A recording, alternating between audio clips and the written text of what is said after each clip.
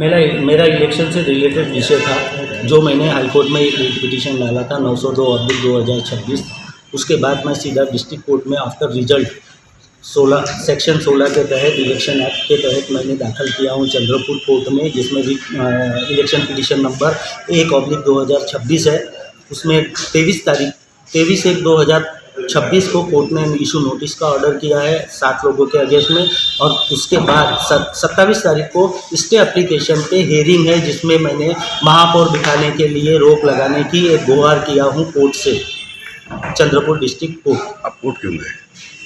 न्याय नहीं मिला मुझे, डिले ऑफ लेटर ऑर्डर जो कोर्ट का प्रशासन द्वारा लेट दिया गया, इसके कारण मुझे कोर्ट का दरवाज़ा खटखटाना पड़ा। मैंने 5 तारीख को भी प्रेस कॉन्फ्रेंस लिया था, उसमें भी मैंने ये जिक्र किया था कि मैं हाई कोर्ट और कोर्ट के ऊपर न्याय पे भरोसा रखते हुए मैं न्याय की कार्रवाई करूँगा, जो मैं आज करके फिर से प्रेस कॉन्फ्रेंस में ये जाहिर करना चाहता हूँ कि मैं न्याय के इसी से चल रहा हूँ।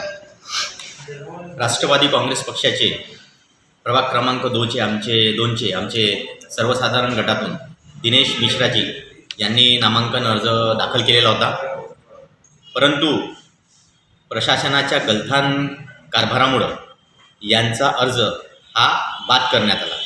याच्या संदर्भात आम्ही प्रशासनाला जाब विचारला। प्रशासन याच्यात पूर्णपणे अडकून आहे आणि त्यांनी आपली चूक मान्य न करता याच्यातून आपल्याला पळवाट कसं काढता येईल याच्या संदर्भात त्यांनी वेगळ्या पद्धतीने यांच्याकडे पत्रव्यवहार केला की तुमचा अर्ज यासाठी बाद करण्यात येतो, त्यासाठी बाद करण्यात येतो।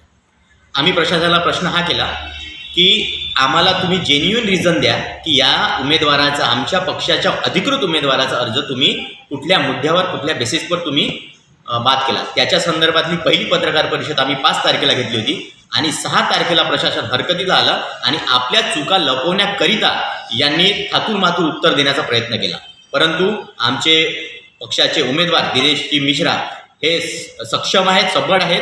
त्यांनी ह्या प्रकाराला आणि प्रशासनाच्या गलथान कामगाराला समोर आणण्याकरिता हायकोर्टला गेले आणि त्याची पिटिशन फाईल झालेली आहे। आणि आमचं निवडणूक निर्णय अधिकाऱ्याला हे म्हणणं आहे आणि प्रशासनाला हे म्हणणं आहे की आता होत असलेल्या जे रणधुमाळी चाललेली आहे महापौर पदासाठी, हे त्वरित थांबवावी। जेव्हापर्यंत न्यायालयाचा निकाल येत नाही तेव्हापर्यंत ही निवडणूक थांबवण्यात यावी, अन्यथा राष्ट्रवादी काँग्रेस पक्ष या प्रकरणाला घेऊन दिल्ली कोर्टापर्यंत जाईल आणि याला सर्वस्वी जबाबदार निवडणूक निर्णय अधिकारी असतील। आणि एक महत्त्वाचा मुद्दा, आमच्या उमेदवारांनी अगोदर काँग्रेस पक्षातर्फे इच्छुक उमेदवार म्हणून नोंदणी केली होती, त्याची नोंदणी फीस 5,000 रुपये यांनी प्रदेश कार्यालय नागपूर इथे जमा केलेली होती आणि त्या संदर्भातली पण एक नोटीस प्रदेश कार्यालय काँग्रेस पक्ष यांच्याकडे आम्ही त्याच्या संदर्भातलं एक नोटीससुद्धा आम्ही प्रदेश कार्यालय नागपूरला पाठवलेलं आहे।